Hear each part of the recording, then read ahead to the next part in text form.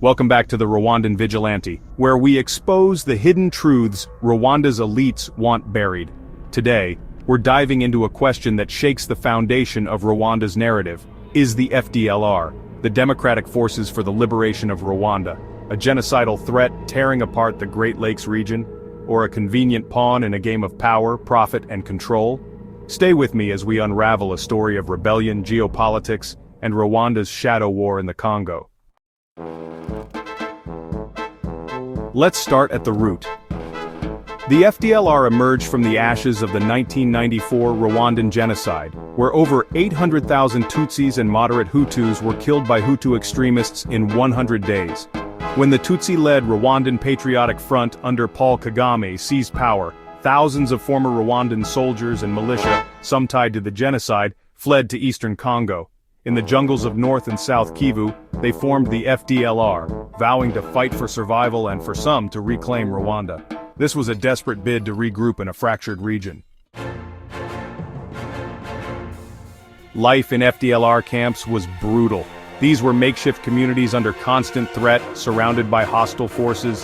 The FDLR relied on illicit trade like taxing villagers or smuggling goods, and recruited fighters, often forcibly, including children as young as 14. They launched cross-border attacks into Rwanda, targeting civilians and soldiers, fueling a cycle of violence. Their presence destabilized eastern Congo, displacing millions. By the early 2000s, the FDLR was a symbol of terror for some, and resistance for others, tied to the genocide's unresolved wounds. Rwanda and the DRC responded with force. In 2009 and 2010, they launched joint operations, Umoja Wetu 1 and 2, targeting FDLR strongholds in North Kivu. These campaigns hit hard, killing or capturing several leaders. Calixte Mbarushimana, the FDLR's executive secretary, was arrested in France in 2010 and faced International Criminal Court charges for war crimes. The ICC dropped his case in 2011 due to insufficient evidence, a detail Rwanda rarely highlights as it complicates their narrative. In 2015, Ignace Mrwanashyaka, a key FDLR leader, and his deputy, Stratton Musoni, were convicted in Germany for war crimes in eastern Congo, including massacres. Mrwanashyaka died in prison in 2019. In that same year, Sylvester Mudakumura, the FDLR's military commander, was reportedly killed by Congolese forces in North Kivu, though, some people dispute this as no body was ever verified. These losses crippled the FDLR's leadership, reducing their strength to just 500 to 1,000 fighters by 2023, according to UN estimates. But here's where the story twists a bit, and Rwanda's role comes under scrutiny. Despite the FDLR's weakened state, Rwanda insists they remain a genocidal threat, justifying a military presence in the DRC. Officially, it's about protecting national security from Hutu extremists. But, UN and Human Rights Watch reports suggest a deeper motive: control over Congo's mineral wealth, coltan, gold and tin, which are fueling global tech industries. Rwanda's narrative really hinges on the FDLR's genocidal label, a term that carries immense weight. By framing the FDLR as an existential threat, Rwanda taps into global guilt over the 1994 genocide, shielding itself from criticism. But the FDLR's diminished capacity, fractured, underfunded, led by aging or honestly just new recruits, raises questions. Why maintain this label when the group can barely mount large-scale attacks? The answer, it seems, lies in geopolitics and economics. The M23 rebel group, a Tutsi-led militia that emerged back in 2012, claims to protect Congolese Tutsis from groups like the FDLR.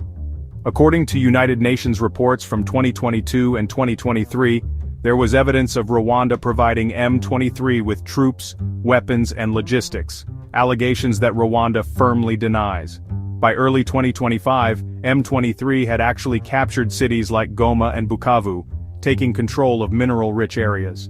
The Democratic Republic of Congo accuses Rwanda of using M23 as a proxy to secure economic interests, especially coltan and gold mines.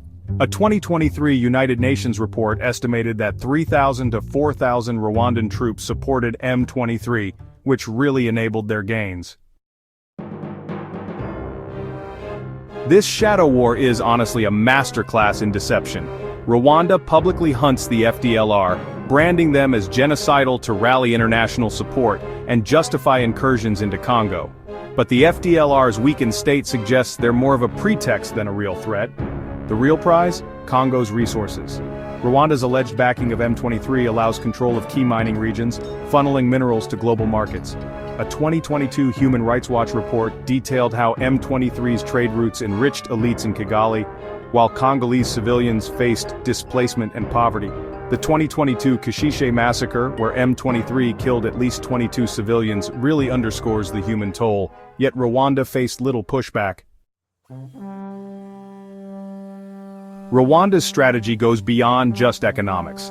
By labeling the FDLR as genocidal, the government stifles dissent and blocks peace. Many FDLR fighters, especially the younger recruits born after 1994, have no direct tie to the genocide, but the label makes reintegration basically impossible. This entrenches the conflict, ensuring Rwanda's military presence remains unchallenged. It's a politics of memory at play here, weaponizing the genocide's legacy to silence voices calling for reconciliation or accountability. Rwanda's domestic narrative of stability masks its regional ambitions, painting critics as FDLR sympathizers. The international community's response is, honestly, just inadequate. In February 2025, the UN Security Council condemned M23's advances but stopped short of sanctioning Rwanda. Western powers, who are kind of reliant on Rwanda as a regional ally, often turn a blind eye. This silence enables Rwanda's actions, leaving Congolese civilians to suffer, over 7 million displaced by 2025, according to UN data, with no end in sight. So, what's the truth? The FDLR, which was once a formidable force, is now a weakened militia, but its name still carries outsized power. Rwanda uses it to justify military and economic dominance in the DRC, while the genocidal label just drowns out dissent and blocks peace. The real victims, honestly, are the people of Eastern Congo, caught in a war where rebels, governments, and resources all collide. Rwanda's elites orchestrate this shadow game, leveraging the politics of memory to maintain control, while the world just watches in silence. This is the story the Rwandan Vigilante exists to tell, one of elite control, silenced voices, and manipulated memories. The FDLR isn't just a rebel group, it's a symbol of a deeper struggle for truth and justice in the Great Lakes region. Rwanda wants you to see the FDLR as the enemy, but the real question is, who actually benefits from this endless conflict? Thanks for listening to the Rwandan Vigilante. What do you think? Is the FDLR a real threat, or just a pawn in Rwanda's game? Drop your thoughts in the comments, hit subscribe, and share this video to help spread the truth. Next time we'll dive into another hidden story from Rwanda's shadows. Stay vigilant.